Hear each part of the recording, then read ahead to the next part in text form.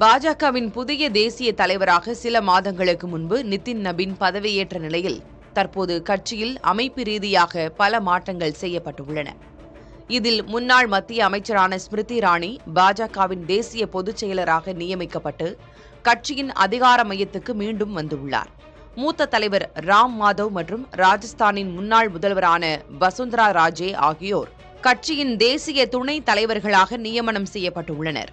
கட்சியின் சமூக ஊடக பிரிவு பொறுப்பாளராக இருந்த அமித் மால்வியா விடுவிக்கப்பட்டு சத்தீஸ்கரைச் சேர்ந்த தீபக் மஷ்கே நியமனம் செய்யப்பட்டுள்ளார். ஆம் ஆத்மியிலிருந்து பாஜகவில் இணைந்த சந்தீப் பதக் கட்சியின் தேசிய செயலராக நியமனம் செய்யப்பட்டுள்ளார். பாஜகவின் ஒடிஷா மாநில தலைவரான சம்பித் பத்ரா வடகிழக்கு மாநிலங்களுக்கான ஒருங்கிணைப்பாளராக நியமனம் செய்யப்பட்டுள்ளார்.